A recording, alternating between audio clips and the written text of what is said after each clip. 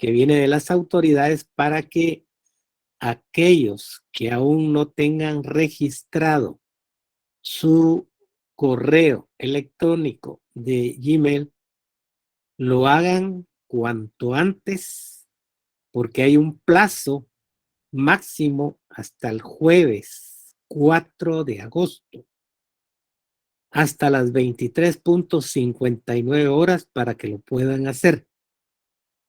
La urgencia de este tema y esta recomendación es de que los que no estén registrados con su correo de Gmail no podrán tener acceso a la plataforma de exámenes.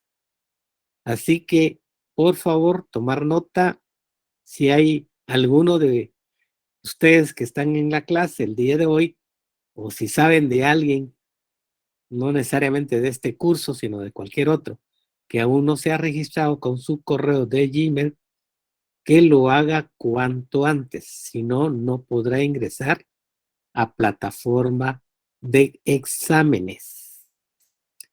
Esto, ¿dónde se registra? En soyeconómicas.com. Esa es la indicación que nos han dado las autoridades a través de el coordinador general y en este caso por el coordinador del curso. Entonces, para que tomen debida nota, por favor. Una vez dicho lo anterior, entonces vamos a comenzar con la clase del día de hoy, siempre preguntándoles si hay alguna duda respecto a lo que hemos platicado en los días anteriores. Licenciado, una consulta. Sí. Muy buenas noches. Buenas noches. Solo para saber, de casualidad ya habrá algún calendario de exámenes acá. Lo que pasa es que en mis otros cursos sí ya tenemos horario de exámenes, pero de micro no sé si habrá. Fíjese que hasta este momento no nos han notificado nada. Siempre la información viene fluida a través del coordinador del curso, pero lo único que tenemos del coordinador, y eso es porque lo acabo de ver, es sobre esta indicación sobre el registro del correo Gmail para efectos de entrar a los exámenes. Pero ahí, aparte de eso, no, al nomás tener la fecha y hora, nosotros se los damos inmediatamente. Incluso también lo compartimos a través del WhatsApp. Sí, Perfecto. Ángeles, Gracias. adelante.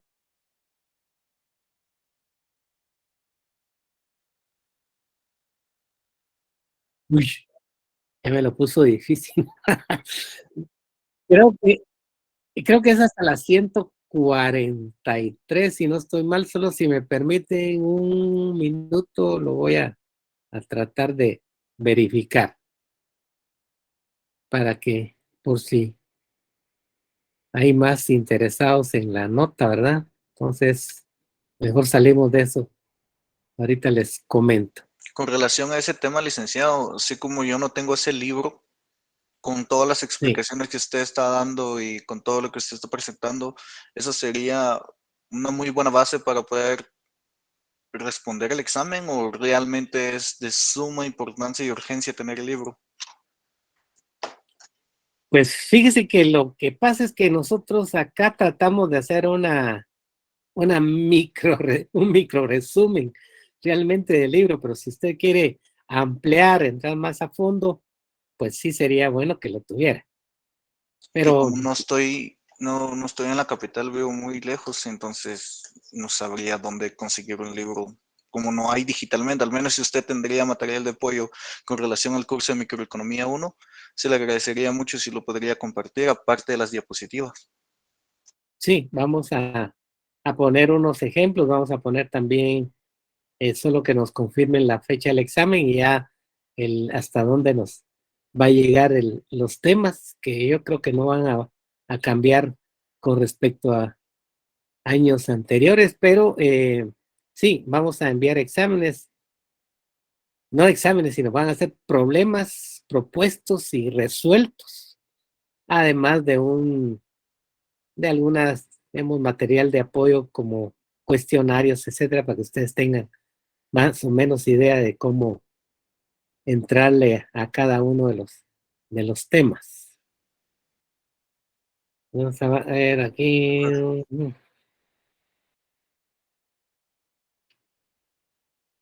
Estamos viendo, a ver, es el capítulo 4, en teoría, lo que tendríamos que ver.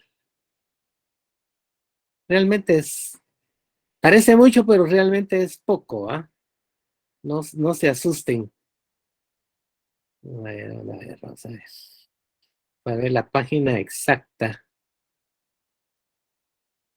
Capítulo, el capítulo 4, que se llama La demanda del consumidor individual, análisis de la utilidad ordinal. Hoy estamos entrando a revisar el análisis de la utilidad cardinal o teoría marginalista o modelo cardinalista, como también se le llama. Y el capítulo 4 tiene que ver con como les decía, el modelo ordinal, que son las curvas de indiferencia. Sí, 142 me aparece aquí la página. Tendría que ser desde la 1 de la temática hasta la 142. Donde hay ahí unos ejercicios, hay resúmenes, hay preguntas, hay propuestas, hay laboratorio. O sea, tienen ahí bastante material en el documento para poder hacer su repaso. Y eso es así en cada capítulo, ¿eh? No solo que sea el 4, sino todos los capítulos tienen su laboratorio, tienen sus propuestas de problemas, resúmenes, etcétera. Una vez más, licenciado, por favor, ¿qué capítulos son los que hay que Del 1 al 4. estar más pendiente? Ah, del 1 al 4. Sí. De su libro. Sí. Ok. Bueno. Página 142, ¿verdad, Alex? 142. Solo para confirmar, entonces, realmente el curso de microeconomía 1 se basa más que todo en el libro que usted nos está, que usted tiene, ¿verdad? Sí, lo que pasa es que ese libro fue hecho precisamente para el curso. Entonces, Ah, sí, ok. está de P a Z, o de A a la Z, digamos, del Está curso. más centralizado con relación a esto. Sí, está exactamente igual, porque de ahí nació en el año 1985, fue la primera versión, la primera edición de ese texto, y ahora pues tiene unos capítulos más que lo utilizan en universidades privadas. Por eso tiene la teoría de la producción también incluido. Pero eso es De acuerdo. para las privadas, o bien para aquellos que van para economía propiamente dicha, la licenciatura, pues ahí tienen ese material que les va a servir más adelante. Muy Aquí bien, está. licenciado. Muy amable. Bueno, a la orden. Bien, entonces entramos de lleno ya a la parte práctica. No se van a asustar porque acá este ejemplo es una síntesis prácticamente de lo que vamos a ver en general. La idea es que ustedes ya tengan conocimiento de los instrumentos, tengan conocimiento de los supuestos y que veamos un ejercicio que es muy simple, muy llano, pero el próximo jueves vamos a hacer un ejercicio un poco más amplio para poder profundizar más y tomarle ya, como quien dice, el gusto a este tema que es, pues, como es subjetivo, es para algunos es apasionante, para otros tal vez no lo será, pero al final de cuentas refleja una realidad que todos vivimos. O sea, no nos podemos excluir de tener esas sensaciones o esas percepciones de los bienes como tales, como recursos, como satisfactores a nuestras necesidades. Entonces es una versión, digamos, académica de los economistas, los primeros economistas que trataron de interpretar la realidad a través de esta visión subjetiva de valor, ¿va? De lo que hemos venido hablando, que es precisamente la utilidad de los bienes en la satisfacción de las necesidades. Entonces puede ser que al principio parezca un poco abstracto, pero después vamos a ver que efectivamente la situación tal y como se pinta, a pesar de ser subjetivo, pues tiene mucho que ver con nuestras propias decisiones y acciones en la realidad. Entonces, dicho lo anterior, vamos entonces a ver, aquí están prácticamente el índice de lo que vamos a platicar hoy. Como se le denomina análisis de la utilidad cardinal o método cardinal, también se le llama enfoque marginalista. ¿Qué tenemos como supuestos teóricos? Ahorita vamos a entrar a ellos. ¿Cuáles son los instrumentos de análisis? La ley de la utilidad marginal decreciente y el análisis aritmético y geométrico. Quizás como parte de la aclaración del análisis aritmético y geométrico es que a través de esta versión del enfoque marginalista o el método cardinal, los economistas tratan de trasladar, digamos, el concepto, lo abstracto, a convertirlo en un elemento concreto teniendo datos de carácter aritmético y geométrico para visualizar esas acciones que tomamos cuando estamos asumiendo la satisfacción de una necesidad o de varias necesidades, dependiendo del bien o el recurso satisfactor que vamos a utilizar, porque entendemos que todo satisfactor, al final de cuentas, si es un bien económico, tiene diversas aplicaciones en las necesidades que se nos presentan.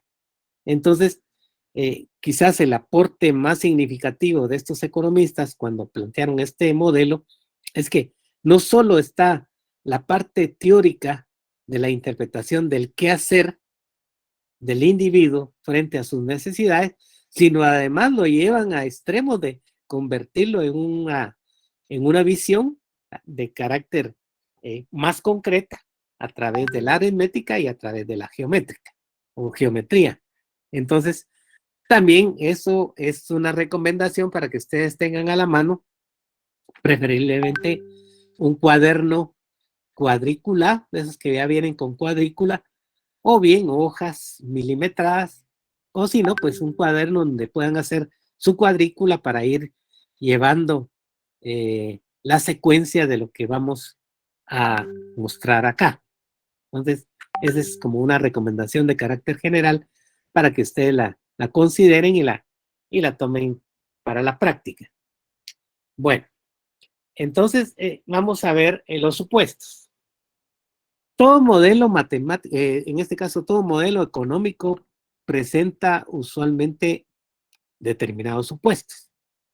Los supuestos al final de cuentas no son sino los límites, digamos el marco teórico, las circunstancias que se van a tomar en consideración para hacer el análisis.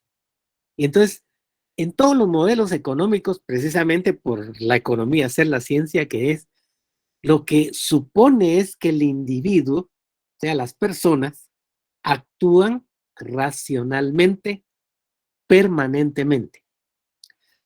Por supuesto que sabemos que eso no es así, necesariamente, pero para que el modelo realmente refleje esa actitud, esa acción, esa decisión que toma el sujeto, pues en primer lugar, no debemos de alejarnos de esta, llamémosle, recomendación, este supuesto de que todos actuamos racionalmente, o sea, tratamos de optimizar el uso de los recursos con que contamos, sabiendo que son escasos y que debemos darle la mejor aplicación para sacarle el máximo provecho.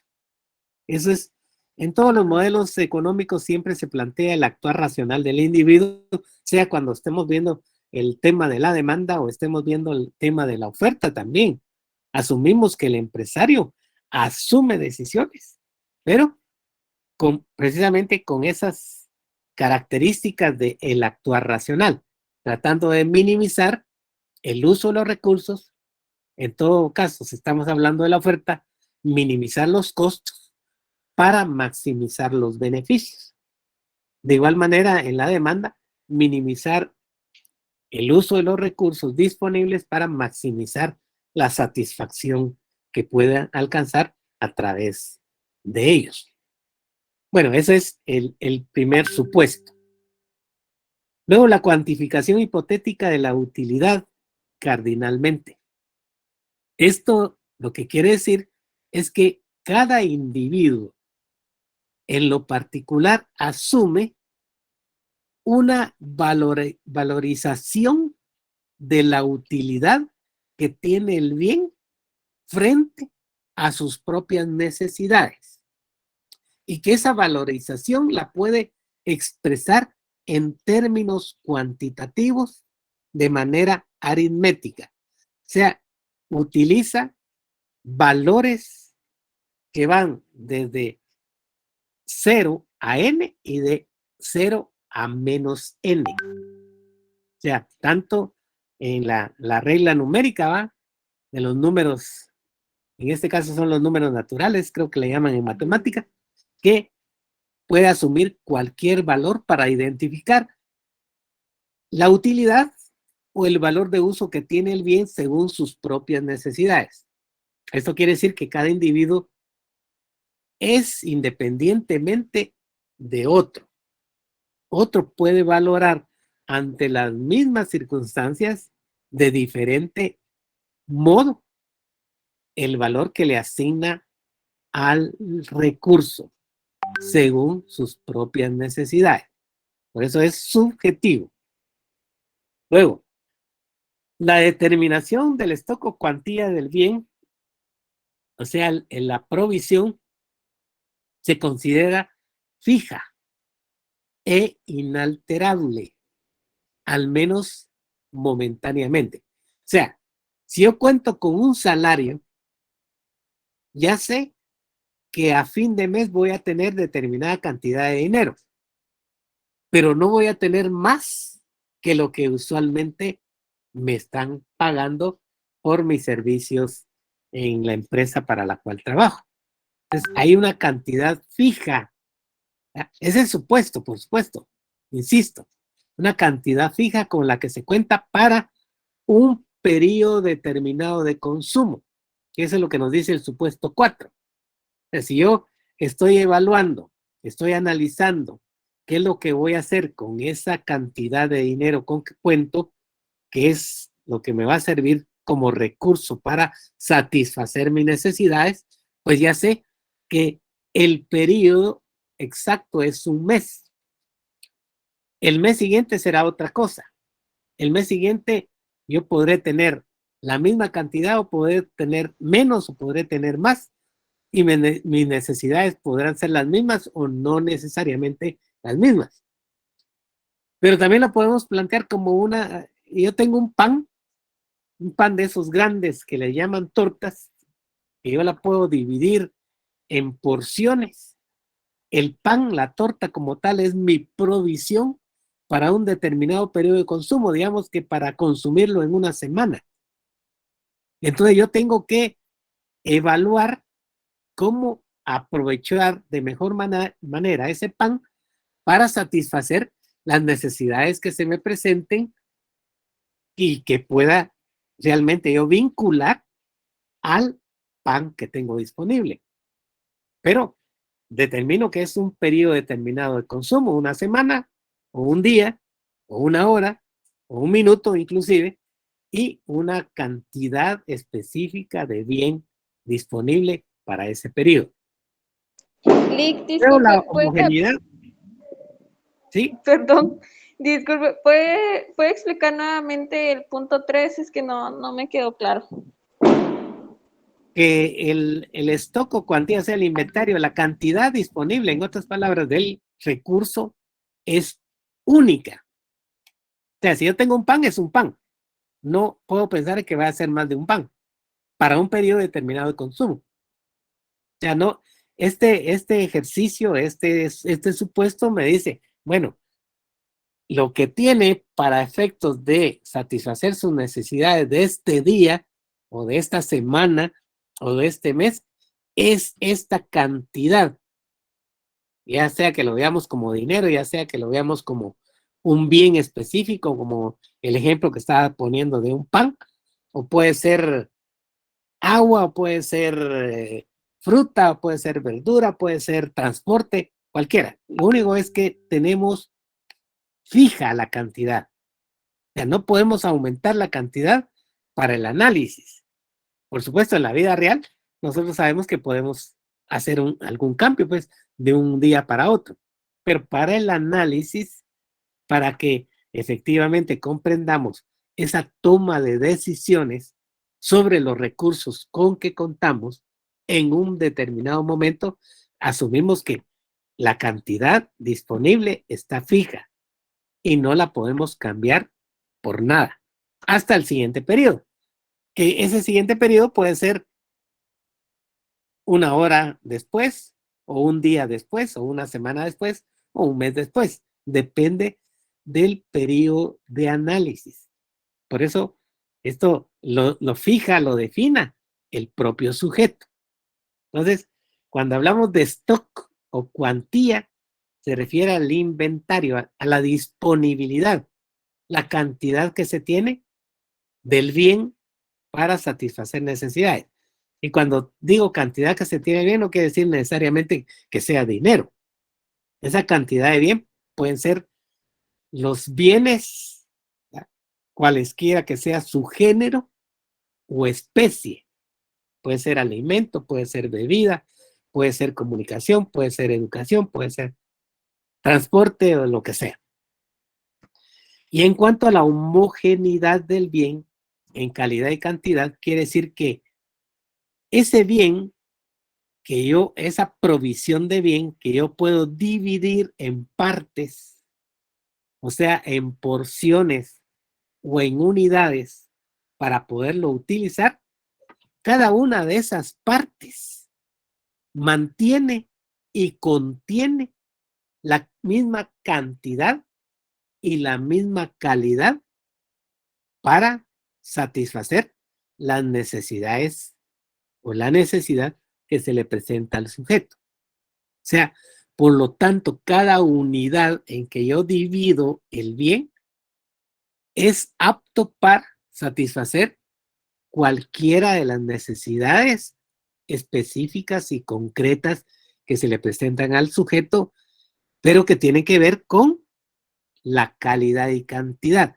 Recuerden que hablamos hace unos días sobre unas características de las necesidades que dijimos, las esenciales son en calidad y cantidad. O sea, la calidad quiere decir que el bien satisfactor tiene que ser de tal especie o de tal género que efectivamente sirva para la necesidad específica y concreta que voy a satisfacer. O sea, yo no voy a satisfacer mi necesidad de sed con un pan o con unas papas fritas, como poníamos en esa oportunidad como ejemplo. Yo sé que para calmar mi necesidad de sed necesito un líquido. Así puede ser agua, agua potable, puede ser soda, jugo, fresco, etcétera. Pero esa es la calidad. En cuanto a la calidad, cantidad, perdón, se refiere a que hay una unidad de medida física para poder intercambiar una por otra para satisfacer una misma necesidad. En otras palabras, si estoy hablando de panes, asumo que los panes que tengo disponibles, digamos que son 5 panes, o es la torta de la cual estábamos hablando, y si yo divido esa torta en 8 partes o en 12 partes, cada una de esas partes de la torta tiene la misma cantidad. Si lo pesamos, si lo medimos, si lo cuantificamos de cualquier otra manera, va a ser igual a cualquiera de las subsiguientes partes en que yo dividí la torta. Si hablo de 5 panes, asumo que cada uno de esos panes son iguales, uno al otro. Tiene la misma calidad, la misma cantidad, tamaño, textura, color, sabor, contenido, etcétera. Entonces, son intercambiables uno con otro. O sea, yo puedo usar un pan de esos 5, si ese fuera el ejemplo, no el de la torta, sino 5 panes, yo puedo usar un pan para calmar mi hambre. Si está muy intensa, con un pan calmo mi hambre. Y de repente ese pan no fue suficiente, tengo que utilizar otro pan. Pero puede ser que el tercer pan ya no me sirva para calmar mi hambre porque ya no tengo hambre. Pero sí tengo un perro a la par que me está viendo. Es un perro al cual yo le tengo mucho afecto y sé que tiene hambre. Entonces puedo agarrar el tercer pan para dárselo al perro que de alguna manera me causa a mí satisfacción el perro esté conmigo, que me acompañe y que siempre esté ahí vigilante. Entonces, utilizo un mismo bien para aplicarlo a diferentes necesidades, pero depende de las circunstancias y así voy a valorar yo cada una de esas unidades del bien, o sea, cada pan, según las necesidades específicas y concretas que satisfacen. Por supuesto que el primer pan que me comí o que tomé para calmar mi hambre tiene un mayor valor subjetivo, sea el valor de uso o de utilidad para mí que el siguiente pan, porque el siguiente pan va, por supuesto, tiene una utilidad, va a satisfacer mi necesidad de hambre, pero como ya calmé de alguna medida la intensidad de mi necesidad, ese segundo pan va a tener un menor valor que el primero. Y el tercer pan, que a mí ya no me cabe porque ya no tengo hambre, pero sí está el perro a la par, pues ese pan va a tener un menor valor para mí. ¿Ya? Aunque para el perro sea lo más importante porque tiene hambre. Vio que yo estaba comiendo y cada vez estaba babeando más, ¿va? Salivando más, precisamente de verme comer y él estaba con hambre. Entonces, para él va a ser muy importante. Para mí tiene importancia por la satisfacción que me da el que este perro me dé afecto, que esté conmigo, que me acompañe, etcétera, etcétera. O sea, son circunstancias diferentes. Pero si yo valoro el pan en términos de lo que a mí me produce como satisfacción, pues va a ir degradándose el valor que yo asigno a cada uno de esos panes.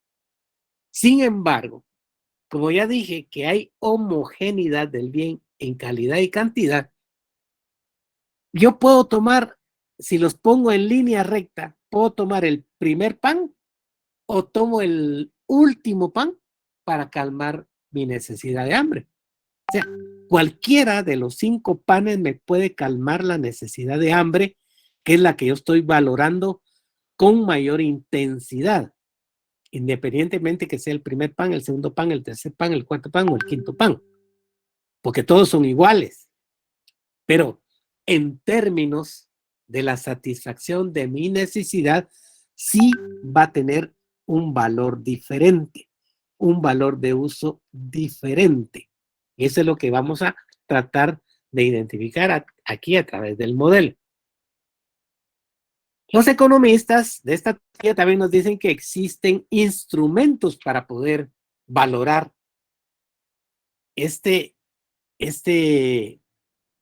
digamos, esta satisfacción. Lick, ¿Cómo medimos la utilidad? Lick, una consulta. Sí. Disculpe que le interrumpa. Solo quiero ver si me quedó claro. O sea que podemos tener, por ejemplo, 5 panes, pero la calidad y la cantidad puede que sí satisfagan nuestra necesidad, pero la valorización entonces va a ser diferente para cada uno. Sí. Depende de lo que nosotros le damos, por ejemplo. Exacto. Sí. Pues ahorita con el ejemplo, yo creo que se va a aclarar bastante eso, y si no, al final siempre hablamos de las dudas. Ok, gracias. Entonces, los economistas nos plantean los instrumentos para poder realmente darle sentido a este modelo. Ellos nos dicen que hay 4 instrumentos. Más modernamente han quedado en digamos, en la nomenclatura económica se han estado utilizando solo 3. Sin embargo, yo mantengo el cuarto, que es precisamente, el cuarto es el primero que yo planteo acá, que es la utilidad parcial. Porque esto que les estoy diciendo, de que el primer pan tiene un valor de utilidad diferente al del segundo, quiere decir que yo le estoy asignando al primer pan un valor X, que puede ser 10 o puede ser 100, pero al segundo pan, que efectivamente calma el hambre, que sigue siendo mi necesidad, pero si ya me comí el primero y calmó en alguna medida mi necesidad de hambre, pero aún me quedó hambre, ese segundo pan ya va a tener un valor de apreciación o importancia menor que el primero. Si yo dije que el primero tenía una utilidad, es hipotética, de 100, pues el segundo pan va a tener una utilidad de 80. ¿De 80 qué? 80 útiles, le llaman ellos. O sea, el primero tiene 100 útiles, el segundo tiene 80 útiles, pero igual podría ser 85, podría ser 90, 95, podría ser 99. Lo único que trata el modelo de explicar con esa variación en la valorización que yo le doy a la unidad siguiente en la aplicación de una necesidad es que veamos la diferencia en cuanto a la intensidad con que se muestra la necesidad de satisfacción. O sea, si al primero yo le doy 100, pues al segundo le voy a dar cualquier otro valor menor de 100. A la tercera unidad, a pesar de que son totalmente iguales los 5 panes, pero el que yo tomo como el tercer pan va a tener un valor de utilidad menor que el del segundo pan. Y obviamente va a ser, si es menor que el valor del segundo pan, va a ser menor que el del primero. O sea, el pan que yo agarro o tomo para darle al perro es porque yo ya no necesito calmar mi necesidad de hambre. O sea, yo ya los sacié. Ahora voy a calmar mi necesidad de tener contento al perro. ¿Por qué? Porque me gusta, porque le tengo afecto, porque me acompaña, por lo que sea. Pero es decir, antes de darle el pan al perro, primero como yo. ¿Por qué? Porque para mí es más importante calmar mi sed mi hambre que calmar el hambre del perro. A pesar que lo quiera mucho, pero a menos de que se esté muriendo, probablemente de hambre. De repente sacrifico yo mi hambre con tal de darle al perro, pero mientras que realmente no haya una necesidad así tan desgastante como esa, pues yo voy a tener siempre la prioridad. Son mis necesidades. Probablemente el cuarto pan, ¿eh?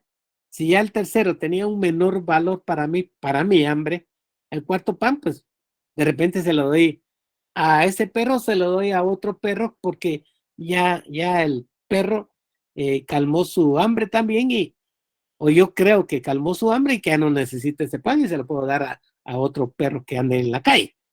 Pero eso ya es por un gusto, no porque efectivamente esté necesitado eso, sino que yo digo, bueno, si mantengo el pan acá, lo voy a perder, lo voy a desperdiciar, se va a enmohecer o se va a entiesar, qué sé yo, algo le va a pasar y mejor aprovecho para dárselo a ese perro de la calle que siempre anda ahí viendo a ver quién le regala algo de comida y a mí me da lástima. Y si me da lástima, probablemente me está afectando en algo psíquico, psicológico, ver la necesidad del perro. Entonces yo no quiero ver la necesidad del perro en la calle y se lo voy a dar. Pero quiere decir que para mí ese pan, ese cuarto pan, ya perdió valor respecto al tercero. Como ese tercero perdió valor frente al segundo. Y ese segundo perdió valor frente al primero. Porque en ese orden de importancia yo he ido aplicando cada uno o cada una de esas porciones o dosis o unidades, en este caso del ejemplo pan.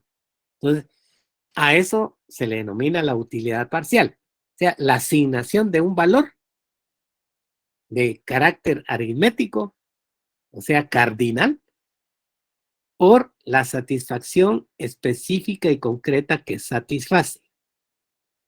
Cuando hablamos de la utilidad total, lo que quiere decir es que yo puedo sumarizar, o sea, puedo sumar cada una de las utilidades parciales de cada una de esas unidades para saber cuánto suma la provisión total en términos de utilidad total. O sea, yo sumo el valor de la primera que yo le asigné, más el valor del segundo, más el valor del tercero, todas estas asignaciones que yo hice subjetivas, y entonces al final voy a tener un total de útiles. A eso se le llama utilidad total. O sea, la utilidad total es la suma de las utilidades parciales, o bien, como algunos le dicen, las utilidades marginales, porque cada una de esas utilidades al final se convierten en utilidad marginal equivalente a la utilidad parcial que tiene la unidad. Entonces, por eso insisto que algunos autores han eliminado la utilidad parcial, pero para mí, paradójicamente, siento que sigue teniendo vigencia para poderlo comprender mejor.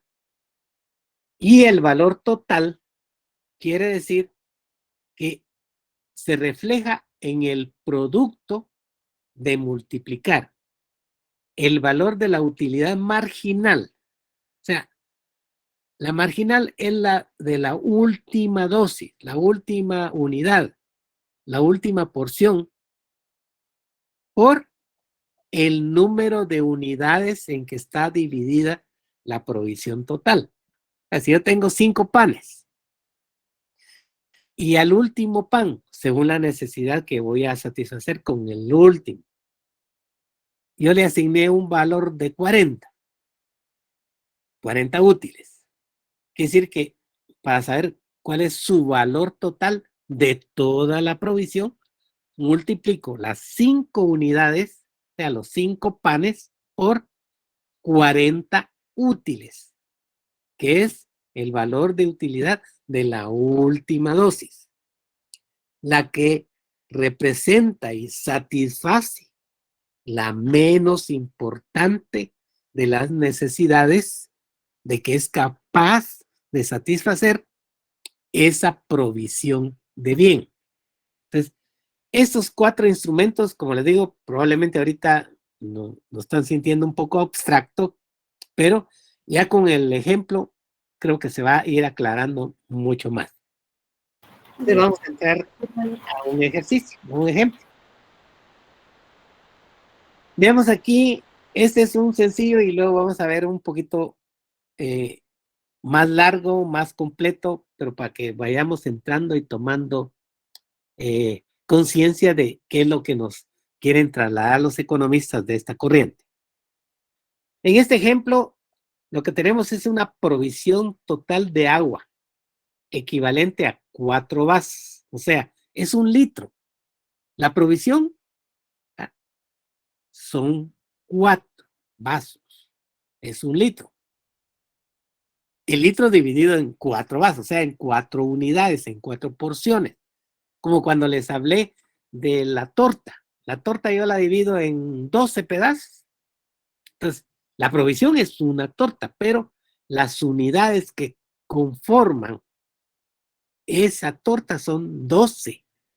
Todas y cada una de esas unidades tienen la misma cantidad, la misma calidad, etcétera, capaces de satisfacer la necesidad que yo pretendo con esa torta. O si tengo los 5 panes va a ser, esa es mi provisión total. Cada uno de esos panes son las unidades. Entonces, en este ejemplo, lo que estamos poniendo es las unidades económicas en que ha sido dividido la provisión total. O sea, son 4 vasos. Están ahí numerados de 1 a 4 para que veamos la secuencia.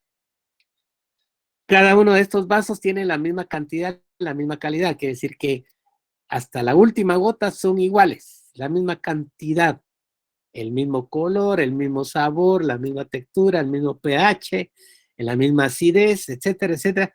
Por lo tanto, son intercambiables unos por los otros o uno por otro. Pero en el orden en que se han puesto, de acuerdo al sujeto que va a hacer el análisis de esa provisión de bien, asume que o le está asignando un valor de uso por la necesidad específica y concreta que él cree que va a satisfacer. A la primera unidad, o sea, al primer vaso con agua, él lo va a valorar en 10. Pero no son 10 quetzales, 10 centavos o 10 libras o 10 kilos, sino son útiles. Bueno, estamos hablando de la utilidad. Y acá los economistas a esta medida le van a llamar útiles, o sea, el valor de uso, en otras palabras.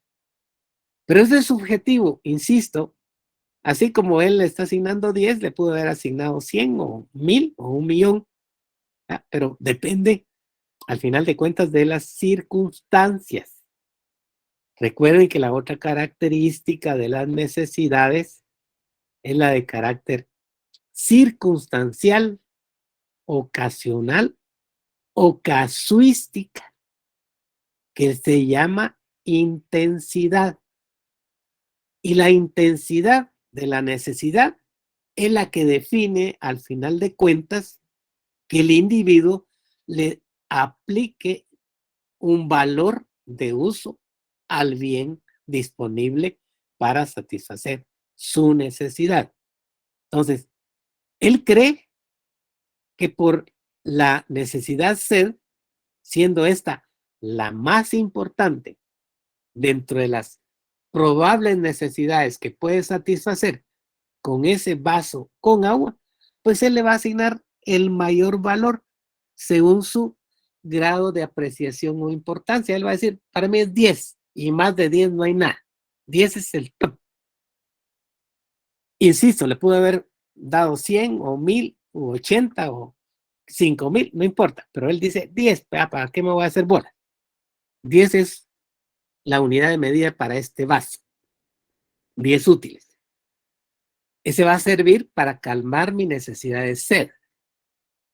Pero como el agua es un bien económico, ahora es un bien económico, y lo puedo aplicar como todo bien, no necesariamente el económico, sino todos los bienes son útiles para algo.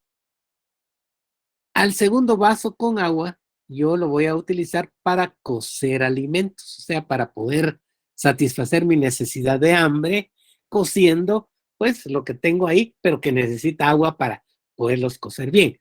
No me puedo comer, por ejemplo, la carne cruda, o no puedo comer la verdura cruda, o cualquier otro bien que tenga que requiera cocimiento y que requiera el agua para poderlo cocer.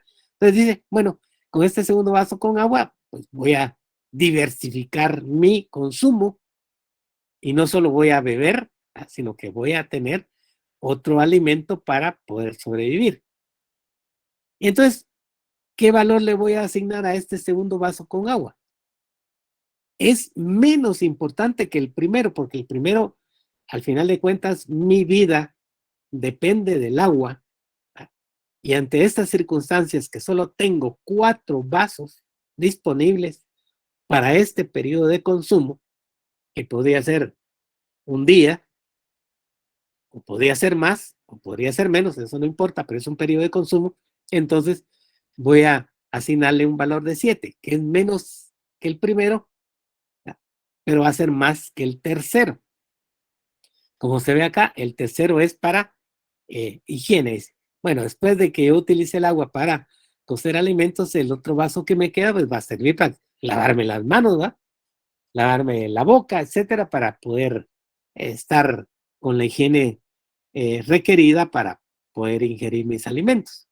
Entonces le voy a asignar un valor de 4 porque tiene menos importancia para él la higiene que cocer alimentos. Pero cocer alimentos tiene menos importancia para él que la bebida directa. Y así, por el estilo, va su pensamiento, o sea, la catalogación subjetiva o la cuantificación subjetiva de los bienes que posee para satisfacer sus necesidades. De tal manera que al último vaso con agua, pues lo va a utilizar para regar una planta porque a él le gusta tener la planta como ornamental en su casa y dice que si no le echa el agua, pues se va a morir la planta. Pero el tener viva la planta no es tan importante como tener la higiene. La higiene no es tan importante como para competir con la cocción de alimentos, y la cocción de alimentos no es tan importante para él para competir con la satisfacción de la necesidad sed, si así se presentara. Entonces, hay una asignación de valor, valor subjetivo, valor de uso, según la necesidad específica y concreta que satisface con cada una de las unidades de bien que posee. Ahora veamos una posibilidad. ¿Qué pasa si él pierde por un descuido ese vaso con agua? Ya no existe el vaso número 1 al cual él le había asignado 10 y solo le quedan 3 vasos con agua. O es obvio que habiendo quedado él solo con 3 vasos con agua, va a darle o asignarle al segundo vaso la necesidad saciar sed, de tal manera que el segundo vaso ahora va a servir para saciar sed. Pero eso no quiere decir que mantenga su valor en 7. Al contrario, adquiere valor, el valor máximo, porque ahora va a satisfacer la necesidad más importante del sujeto. ¿Qué va a pasar con esta necesidad de regar la planta? Pues al no existir una cuarta unidad, pues automáticamente regar la planta ya no va a ser posible. Entonces, el segundo vaso va a quedar con un valor de 10, el segundo vaso va a quedar con un valor de 7 y el tercer vaso va a quedar con un valor de 4. Este 1 ya no existe. O sea, los valores de utilidad se corren en la medida en que las unidades se reducen. Lo contrario sería, ¿qué pasa si en lugar de tener solo 4 vasos con agua, él tuviera 5, o tuviera 6, o tuviera 7? En la medida en que tiene más unidades de este bien, pues va a poder satisfacer otras necesidades. Que puede calmar con la sed, o puede saciar con la sed, pero que es menos, o van a ser menos importante que regar la planta. Podría ser, por ejemplo, limpiar el espejo de su moto, ¿verdad? Aunque sea para eso le va a servir el otro vaso. El otro va a servir quizás para darle para que beba el perro. Quizás el que beba el perro va a tener más importancia que limpiar el espejo de la moto, no sé. El asunto es que él va a va a cuantificar el valor de los bienes según el número de unidades en que puede dividir su provisión total. O sea, en la medida en que haya más disponibilidad, el valor de la utilidad marginal, o sea, la de la última dosis, la que satisface la menos importante de las necesidades, de que es capaz de satisfacer, va a perder valor.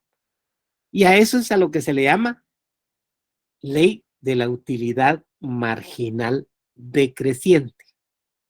Y así es como tratan de explicar precisamente esos principios de abundancia y escasez. En otras palabras, cuanto más tenemos, menos apreciamos. Cuanto menos tenemos, más apreciamos. Y traigamos el ejercicio o el ejemplo de cuando se recibe el salario para aquellos que trabajan por mes y que les pagan definitivamente hasta que llegue el fin de mes, el último día o el penúltimo día. Asumamos que el salario de regular o promedio sean 3,000 quetzales, el salario mínimo, ¿eh? Y eso es lo que está ganando un sujeto. ¿Qué es lo que pasa cuando recibe esa cantidad de dinero al fin de mes? Él se va a olvidar hasta de las deudas en ese momento porque tiene el dinero cash en la mano, o sabe que ya está depositado en su cuenta, o tiene el cheque. Y entonces va a estar, ¿verdad?, con un espíritu mucho más gamonal, motivado, y va a decir, bueno, es el día, ¿va? Pues vamos a invitar al amigo, a la amiga, a tomar un café, a comer un pastelito, o a tomar una cerveza, o a tomar una soda o un helado. Y entonces, en ese momento no toma conciencia de que las necesidades pendientes, ¿verdad?, porque hoy que tenemos el dinero hay que aprovecharlo. Pero cuando ya transcurrieron 20 o 25 días del mes y que se ha ido agotando su provisión, que es el salario, su provisión de bien para satisfacer sus necesidades, probablemente el día 25 o 26 ya no tenga ni siquiera para la gasolina o para el bus, o no tenga ni para la comida.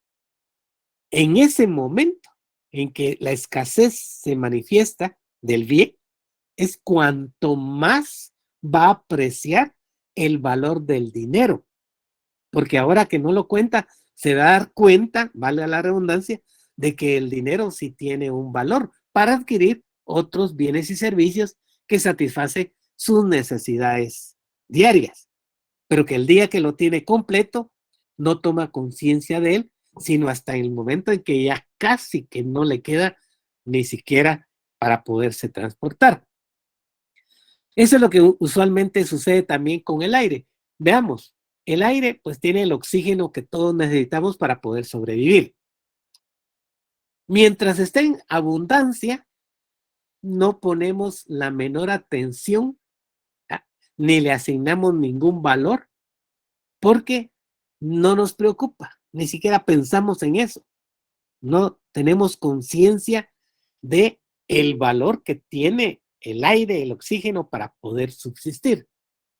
Pero en el momento en que nos falte, por alguna circunstancia, si nos meten en un sarcófago o en una caja herméticamente cerrada de metal, por ejemplo, una caja fuerte, y nos dejan ahí, en ese momento vamos a apreciar el valor que tiene el aire por la importancia que tiene para nuestra vida. Entonces, ahí le vamos a asignar un alto valor de utilidad. Vamos a ver que efectivamente sí, el aire es útil porque nos mantiene con vida. Entonces, ese es el pensamiento de los economistas de la corriente subjetiva, de la corriente cardinal, y así es como lo vamos a interpretar. Entonces, en este ejercicio... Licenciado, disculpe, dijo que, ¿cómo se llamaba la ley? Ley de utilidad marginal. Ley de la utilidad marginal decreciente. Gracias. Entonces veamos aquí, ya para convertir este ejemplo que está de los vasos con agua, ya de una manera que cómo lo vamos a trabajar para poderlo hacer más efectivo y concreto en la interpretación. Tenemos 4 unidades físicas, son los vasos con agua, y el valor de uso o la utilidad que le estamos asignando a cada uno de ellos. Aquí solo hay un ordenamiento en valores cardinales. Está dentro de la serie de los números, ¿cómo le llaman? Cardinales, en este caso los números naturales, ¿no? ¿Qué necesitamos? Pues necesitamos tener un cuadro como este. O sea, preparamos un plano de coordenadas cartesianas, o sea, las cuadrículas, con los cuales esto nos va a permitir trazar, ¿ah?, estos 2 cuadrantes, son los importantes para este análisis. El de los valores positivos, distancia, distancia y altura. Eso ya lo conocen ustedes por su curso de matemáticas, ya lo saben hacer.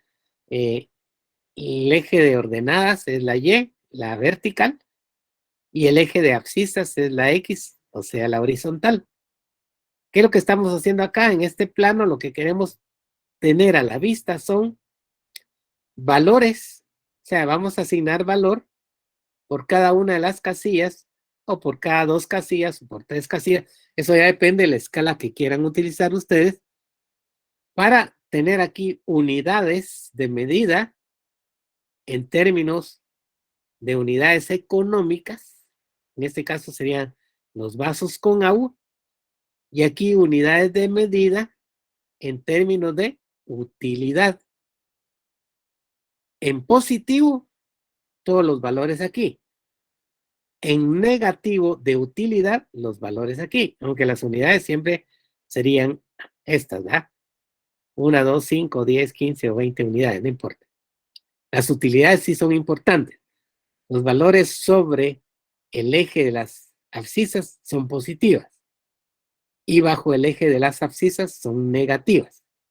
Y se refiere a los valores de utilidad. Eso lo vamos a ver aquí. Asignamos una escala en ordenadas y abscisas. Les digo, aquí la escala de valores es a criterio de cada analista, pues.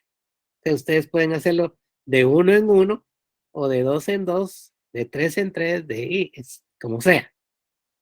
Igual para los efectos de la escala que van a aplicar para medir la utilidad. Insisto, la Y, la ordenada, mide útiles, y la abscisa, o sea, la horizontal, mide las unidades económicas o unidades físicas. Esto es algo que ustedes ya lo saben hacer, no hay por qué entretenerse mucho. Aquí está viendo cómo identificamos las Y útiles y las X unidades de X. X ya saben que es cualquier cosa, ¿va? Y le llamamos unidades X, porque en este caso serían vasos. X significa o es igual a vasos con agua, y Y sería útiles, o sea, utilidad de los vasos con agua según cada uno de ellos. Eso creo que está por demás decirlo, porque ustedes ya lo saben, ya lo conocen, ya lo han hecho en sus cursos de matemática.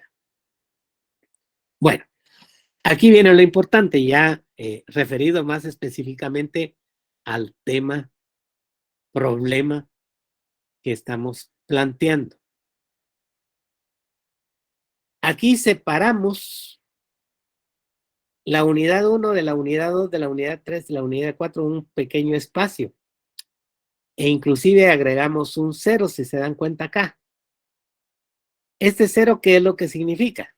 En todos los modelos de este análisis siempre agregamos el 0. ¿Y por qué lo hacemos? El 0 significa nada. Eso ya lo saben ustedes. Todo el mundo lo sabe. Quiere decir, ¿qué pasa si no tenemos nada? Nada de agua. Y tenemos necesidades, por supuesto, de agua. El 0 lo que implica ahí es de que la intensidad de la sed determina el valor infinito que pueda tener el bien cuando no se tiene. Pero cuando ya se tiene por lo menos una unidad, bajamos del infinito, el valor infinito de la falta o ausencia o carencia del bien, a algo más concreto, porque sí ya tenemos una porción de ese bien que puede ayudar a satisfacer la necesidad específica y concreta que se presenta, que puede ser la sed. En ese momento, entonces, ya se le asigna un valor de 10. ¿Por qué lo estoy colocando en el término intermedio? Ahorita se los explico. Nada más lo único que estoy diciendo es, el 1 mantiene el 10, el 2 mantiene el 7, el 3 mantiene el 4 y el 4 mantiene el 1. Está un poco desplazado, sí. ¿Por qué? Ahora vamos a decir por qué se desplaza. Cuando no tenemos nada y tenemos 1, en ese ínterin, en ese intervalo entre 0 y 1, regresemos al ejemplo del agua, el vaso con agua. Si nos preguntaran que seamos realistas, que digamos en qué momento de nuestra necesidad sed se calma cuando ingerimos el agua, nos va a causar probablemente mucha duda. Algunos van a decir, yo con el primer sorbo comienzo a sentir la satisfacción, porque al pasar por mi garganta, que está seca, comienza a cambiar la situación de mi necesidad. Por supuesto, sigo tomando, pero el primer sorbo es, como quien dice, ya un indicativo de que mi necesidad sed va calmándose. Otros dirán, no, yo hasta que llevo la mitad del vaso ya más o menos que considero que esa necesidad va llegando pues a sentirse más tranquila, ¿verdad? Como quien dice, ya está por satisfacerse.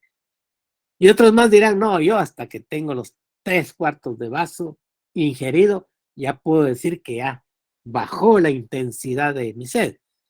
Y otros más dirán, no, yo hasta que concluyo con la última gota del vaso con agua, ya me siento satisfecho. Antes no. Entonces, esta es una controversia que al final de cuentas pues no aclara nada. Entonces, ¿qué es lo que dicen los economistas de esta corriente? Pongámoslo en el intermedio, en el punto medio. Ni a favor de uno ni a favor de otro. Pongamos en el punto medio. O sea, en el promedio. Entonces, por eso es que se hace esta separación, ¿verdad? Un poco, pues, momentánea, por así decirlo, o temporal, o para el análisis, en que la utilidad de 10 sí la tiene la primera unidad, pero no sabemos si es al comenzar su existencia o al terminar su existencia de la unidad, de ese vaso con agua. Igual con el segundo, igual con el tercero y igual con el cuarto. Ahora bien, para los efectos del ploteo, o sea, trasladar el valor al gráfico, entonces lo que vamos a hacer es ponerlo en el punto intermedio. Aquí estamos en la línea del 10. Recuerden que el 1, la línea del 1 está arriba, la del 2 está arriba, así, la línea del 10 está arriba, es esta. Pero el primer punto para la primera unidad no está acá, sino que está en el punto intermedio, 1. En el siguiente caso, el vaso con agua, 2, que proporciona 7 útiles, está en el punto intermedio entre una unidad y la segunda unidad, entre la primera y la segunda. En el tercer caso, que la utilidad es 4, también está en el punto intermedio entre la segunda unidad y la tercera unidad. Y en el punto del cuarto vaso, no está en el 4 exacto, sino en el punto intermedio entre el tercer vaso y cuarto vaso con un punto, o sea, con un valor de 1. Entonces ya con esos datos, cuando hemos ploteado, ya hemos puesto el punto, ya unimos los puntos. Y lo que vemos acá es una línea que es descendente o decreciente de izquierda a derecha y que nos refleja la utilidad marginal. Y como hemos visto, como el valor de utilidad decrece a medida que aumenta el número de unidades, por eso decimos que esta curva es decreciente, su valor decrece en la medida que aumenta el número de unidades. A eso se le llama ley de la utilidad marginal decreciente. Y se plotea, como ustedes han visto, en los puntos intermedios. Por eso dice aquí, el ploteo de las unidades marginales se realiza en puntos medios, porque es el promedio. Aquí está ya identificado como curva de la utilidad marginal. Y le podemos agregar, ¿va? Si ustedes quieren, ley de la utilidad marginal decreciente, que es lo que refleja esa curva. Se le llama curva aunque sea una recta. Siempre que tracemos en un plano de coordenadas cartesianas cualquier gráfica, en economía le llamamos curva. O sea, no se preocupen por la palabra, pero así se le llama en todos los casos. Curva de la utilidad marginal. Ahora, mientras que aquí va decreciendo, ¿tá?, la utilidad total va creciendo. ¿Por qué? Porque la primera utilidad de este primer vaso con agua es 10, pero cuando le sumamos la utilidad marginal del segundo vaso o utilidad parcial del segundo vaso, ya da 17. O sea, la primera, su utilidad total es 10. Si no hubiera más, se queda en 10. Pero como hay una segunda unidad, sube a 17 porque le asignamos 7 a la segunda unidad. Al haber una tercera unidad y a ese le asignamos 4 de utilidad marginal, pues sumado a 17, la utilidad total a este nivel de 3 unidades, pues va en 21. Y si hay una unidad más, que es la 4, y a esa unidad más le asignamos un valor de utilidad de 1, pues sumado nos da 22. Naturalmente, si hubiera una quinta, una sexta, una séptima, aquí tendríamos que tener los valores de utilidad marginal, probablemente ya va a bajar a 0, aquí a menos de 0, y así sucesivamente. Entonces, esos valores llegan a un máximo y después de ese máximo comienza a descender. Eso es lo que sucede acá.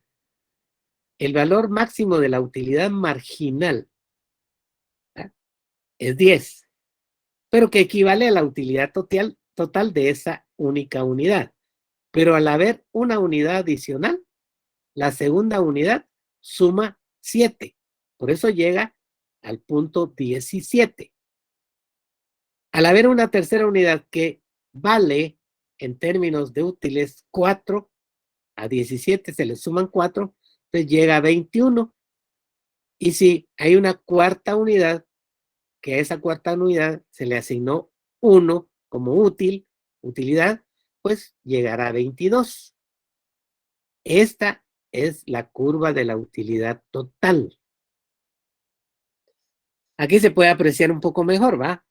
Aquí vemos, en esta gráfica está la curva de la utilidad total, pero cómo se conformó con la suma de la utilidad parcial o marginal de la primera unidad. Entonces aquí es equivalente la parcial a la marginal, más los 7 de la segunda unidad, más los 4 de la tercera unidad, más 1 de la última unidad. Entonces, esta es la curva de la utilidad total. ¿Cómo se observa la curva de la utilidad marginal? Aquí la vemos en grados. Una unidad proporciona 10 útiles, la segunda unidad proporciona 7 útiles, la cuarta unidad proporciona 4 útiles y la quinta un útil. Pero como la tenemos que trazar en puntos medios, entonces aquí va la curva de la utilidad marginal. Entonces, así la podemos apreciar, creo, un poco mejor que como está en el cuadro anterior. ¿Qué nos queda por ver? Bueno, el valor total, porque el valor total no lo tenemos ahí gráfico. Entonces, el valor total lo tenemos que extraer, tomar de una operación matemática que es el producto. Entonces, ¿a qué le llamamos el valor total? Es el producto, o sea, que resulta en multiplicar el valor de la utilidad marginal de la última dosis. Según esta provisión, solo habían 4 unidades o dosis o porciones del bien con que se cuenta por el número de unidades en que se ha dividido la provisión total. O sea, si la última dosis tenía una utilidad de un útil, es un útil multiplicado por 4 unidades, entonces el valor total de la provisión es 4. Entonces, ahí es donde se aprecia que las cosas pierden valor cuanto más unidades tenga o se haya dividido la provisión total. Por supuesto que si hubiéramos tenido 5 o 6 y la utilidad aquí hubiera sido negativa, a no le pongan por favor atención, no es negativa, aquí es un signo igual, hay que corregirlo.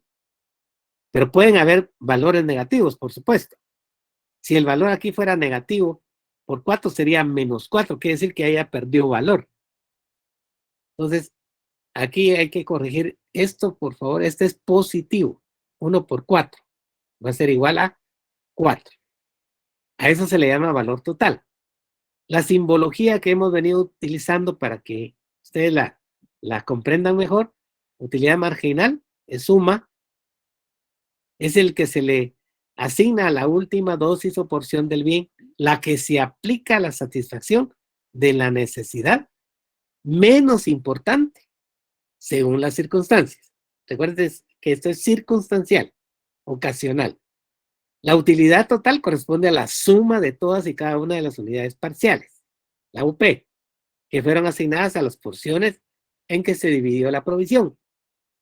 Y el valor total constituye el producto de multiplicar la utilidad marginal de la última unidad del bien por el número de unidades de que consta la provisión en ese punto.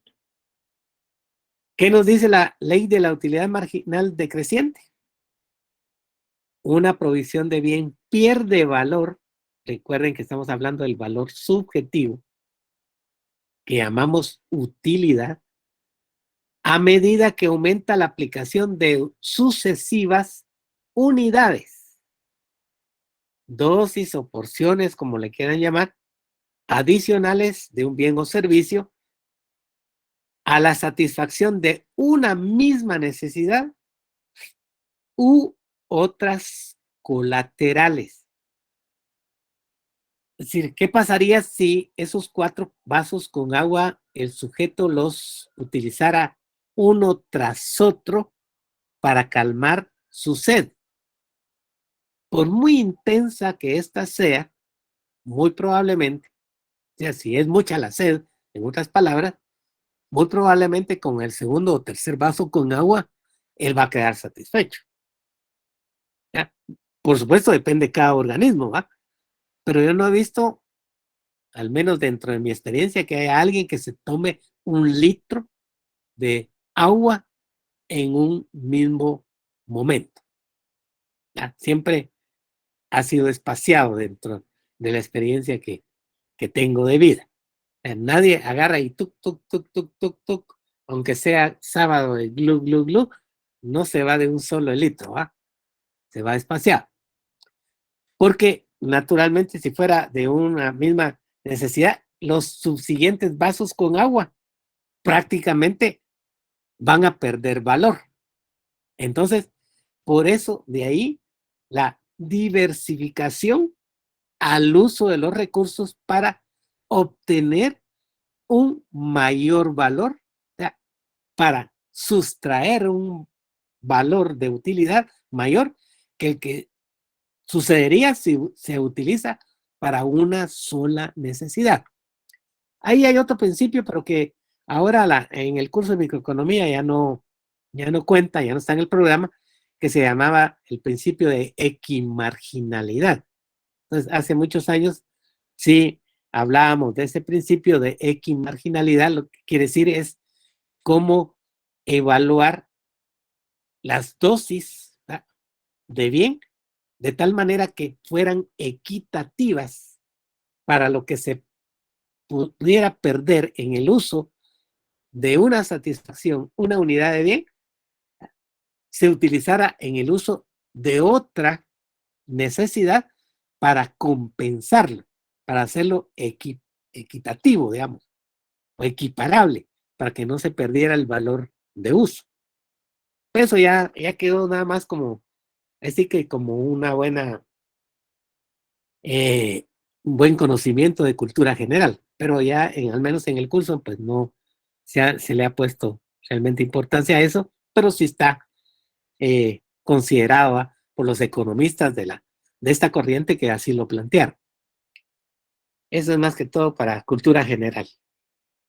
Bueno, con eso terminamos el punto, pero no quiere decir que ahí lo vamos a dejar. Vamos a tomar un ejercicio un poco más largo, más complejo, para que ustedes lo terminen de comprender, porque me imagino que ahorita quedaron muchas dudas, hay lagunas, y por supuesto, primero tratemos de adelantar algo en sus dudas y luego ya vamos a entrar en los detalles para ver un poco mejor este problema, este tema.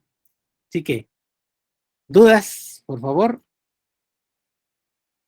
Yo tengo una duda, licenciado. Sí, dígame, Luis.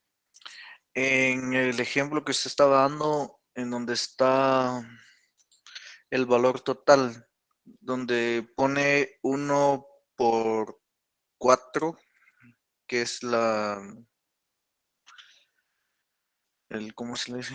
El número de unidades en que se ha dividido. Exacto, donde viene la unidad. Ese 1, ¿cuál es? ¿De dónde extrajo el número 1 o a qué valor pertenece? Es la utilidad asignada a la última dosis, a la cuarta, al cuarto vaso con agua. El sujeto dijo, vamos a darle un valor de 1, un útil, porque era lo menos importante en ese momento el regar la planta. Pero así, como le puso 1, puede haber puesto 3, ¿verdad? Porque el anterior era 4. Pero como es arbitrario, queda a gusto de la persona, porque es subjetivo, entonces por eso es 1. ¿Eso Pero viene por parte de la utilidad marginal o por parte de la utilidad total? no, es la utilidad marginal. Utilidad marginal. La utilidad marginal. Recuerden que la utilidad marginal se le llama así al valor que se le asigna a cada unidad de bien en cada uno de los usos que se aplica. Entonces, para calmar la C se dijo 10 útiles. Esa es la utilidad parcial si la vemos en la totalidad, pero en realidad es la utilidad marginal de ese vaso con agua porque solo hasta ahí llega. Es para lo que puede servir ese vaso con agua. Pero el segundo vaso con agua ya tiene otro uso. Y por eso a ese siguiente uso, como es menos importante que el primero, le asignó un 7. Insisto, pudo haber sido 8 o 9 o 9.99. Pero para distanciar un poco y ver la pérdida de valor subjetivo, entonces se asignó en el ejemplo 7 y al otro se le puso 4 y al último se le puso 1. En realidad la utilidad marginal de esa unidad según el uso que se le está dando. No sé si eso aclara. Sí, y otra inquietud. ¿Por qué el valor total es menor o siempre va a ser menor que la utilidad total o la utilidad marginal? Porque si nos damos cuenta, a la primera unidad le damos una utilidad total mayor que a la última unidad, pero ¿por qué el valor total del resultado final siempre tiene que ser menor? Es como que no me entiendo ahí. Si lo que pasa es de que es para demostrar que la abundancia, como economista de la corriente subjetiva, defiende bien el tema de la abundancia o escasez, sea del principio de escasez. O sea, se asume que cuanto más escaso sea el bien, tiene mucho mayor valor. Entonces, cuanto más abundante es, pierde valor o es menos importante. Por eso ponía el ejemplo del aire, el cual respiramos porque tiene oxígeno y que el oxígeno nos da vida. ¿Qué pasaría si no tenemos aire? O sea, no tenemos oxígeno. Pues el único destino del ser humano sin aire sería morir, ¿ya? Porque es uno de los elementos que son sumamente importantes. Pero dada la inmensa cantidad de aire, aunque ahora contaminado, pero hay aire todavía, entonces no nos preocupamos del valor del aire, ¿va? Estamos respirando de una manera automática, sin asignarle valor. ¿Por qué? Porque es abundante. Pero en el momento en que el aire fuera escaso, y el ejemplo es, ¿qué pasa si a alguien lo meten en una caja herméticamente cerrada, como una caja fuerte? Y lo dejan más que con la existencia del recurso aire que está dentro de la caja. Y si la caja, entre más pequeña sea, va a tener menos disponibilidad de aire. Entonces, es cuando en ese momento el sujeto va a pensar, va a asumir que efectivamente el aire tiene un alto valor, porque de él depende la vida misma. Y si tuviera que pagar con tal de que lo saquen de ahí, si él tuviera dinero y decir, me sacan, yo tengo en el banco 1,000,000 de quetzales y se los doy, pero sáquenme de aquí. ¿Qué quiere decir? Que él está apreciando el valor del aire en función de la disponibilidad del recurso en ese momento. O sea, la intensidad de la necesidad le hace a él valorar más cuanto menos tiene. Esa es, digamos, la explicación que dan los economistas de esta corriente, de tal manera que el valor total, ¿ya?, se pierde en la medida en que abunda el recurso. Y el valor total aumenta si el recurso es escaso. Entonces, ahí es como explican ellos precisamente esa pérdida de valor en la medida en que se va haciendo abundante la disponibilidad del bien. Sí, esa parte sí le entendí, muchas gracias. Pero ya gráficamente, al ponerle un valor al aire, estaríamos hablando sobre los tambos de oxígeno. Al primer valor le daríamos menos porque no lo necesitamos a primera instancia. Al segundo tambo de oxígeno, porque ya se nos está acabando y necesitamos, le pongo un mayor más alto, y al tercero más todavía, al cuarto, porque ya me voy a morir, necesito todo el aire o el oxígeno necesario. Entonces ahí le pondría un valor mucho mayor que al primero. ¿Así Sí, o no? bueno, sí, ahí lo está viendo exactamente, solo que en sentido contrario, ¿ah? En sentido Y tiene contrario, que, porque a la hora de calcular el valor total me sí, saldría mucho mayor. ajá, sí, ya sí, Entonces ahí sería escasez, y entonces sería mayor valor, ¿no? exacto, exacto, eso es. Si Ok, usted tiene 5 recipientes con oxígeno, ¿va? Entonces, y sabe que le va a durar para un periodo determinado de consumo de una semana, no se preocupa, porque tiene, entre comillas, abundancia. Pero en la medida que se están terminando esos recipientes, no sé cómo le llaman, cilindros, ¿verdad?, de ajá. oxígeno, y le va quedando menos, y llama a la compañía y la compañía le dice que no le puede surtir porque no tienen existencia. Entonces usted va a apreciar más aquello que tiene porque ya es escaso, ya es menos. Entonces ahí sí va a pensar en útiles, la importancia que tiene el aire, independientemente del precio. Probablemente va a recurrir a otra empresa, aunque le cobre el doble. ¿Por qué? Porque para usted adquirió importancia en la medida que se hizo más escaso. Así es como se explica precisamente ese concepto del valor total. Perfecto, muy amable, gracias. Bueno, ¿alguien más? ¿Dudas? Lick, yo sí tengo una duda. Por ejemplo, a la hora de hacer el plano y le agregamos el cero, por ejemplo, en todas las operaciones o en todos los ejercicios, nos quedarían los valores en términos medios, no nos quedarían entonces exactos, sino en Ajá. términos medios. Sí, la gráfica va en los puntos medios, siempre. Siempre. Sí, en la gráfica va en los puntos medios. Ahora, en las operaciones, según los datos que tiene de utilidad marginal, uno de ambos, por ejemplo, es uno, ahí no hay nada, por el número de unidades en que ha dividido la provisión total. La provisión total en este caso eran 4 vasos con agua, y la utilidad marginal, o sea, la de la última 2 o el último vaso, era 1. Por eso multiplicamos 1 por 4. Entonces el valor total quedó en 4. Yo creo que con el ejercicio que hagamos el día jueves va a quedar mucho más cimentado el conocimiento de este tema. Así que sí, preocúpense, pero mejor ocúpense. Y si lo vuelve a explicar la otra vez sería mucho mejor. Sí, El lo mismo vamos a hacer ejercicio. con otro ejercicio para que va a quedar mucho mejor. Ahí va. Licenciado, y sí, con eso tenía una duda principal también hace ratos, pero como no lo podía interrumpir en medio de la explicación, sí me quedó la duda del cero. Por ejemplo, si miramos en el plano cartesiano, donde dice plotear la información, empieza desde 0 a 9, de ahí empieza otra vez el 0. No, es que por el tipo de gráfico que hice ahí, no es 0, sino es 10. Si ve para arriba va 10, 11, 12. Ay. Sí, lo siento, es que Tomar está los el dos. otro número en el otro cuadro, Ajá, lo siento. Sí, el está que va a bien. la par. Sí, Gracias, Liz. a la orden. Sí, Por ejemplo, para la hora del parcial, me imagino que van a venir ejercicios de estos.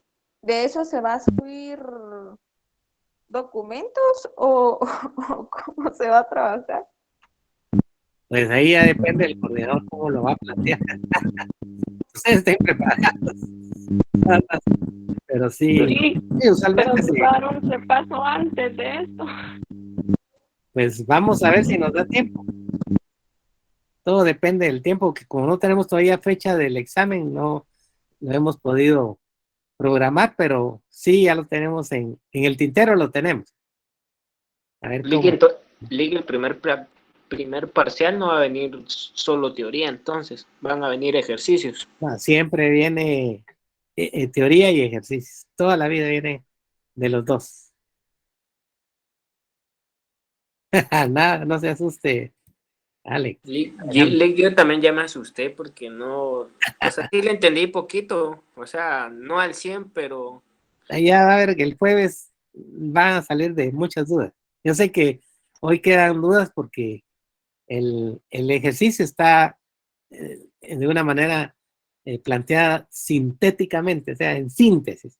Pero el otro vamos a hacer un poquito más de detalle y se van a dar cuenta de que es sencillo, no es complejo, es sencillo.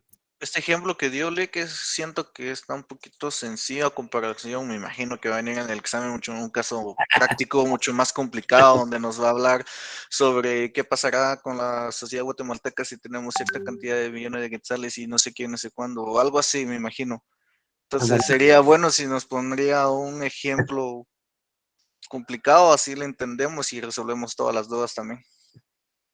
Pero Sí, el más complicado que tenga. ahí se los vamos a enviar también para repaso unos. Si no nos da tiempo a explicarlo más, pues le vamos a enviar unos ya propuestos y resueltos para que ustedes practiquen incluso, ¿verdad? No se preocupen. El más difícil, así el del examen ya lo sentimos fácil. Está bien, está bien. Muy bien. De acuerdo. Entonces, así quedamos. Nos vemos el día jueves. Que sigan, Gracias, feliz noche. no se sigan preocupando, sino mejor ocupando. Hay que En ser. eso estamos, en eso estamos. Muchas Ligue, gracias. esta noche no voy a Gracias, dormir, Liz. me da miedo. Feliz noche. Feliz noche.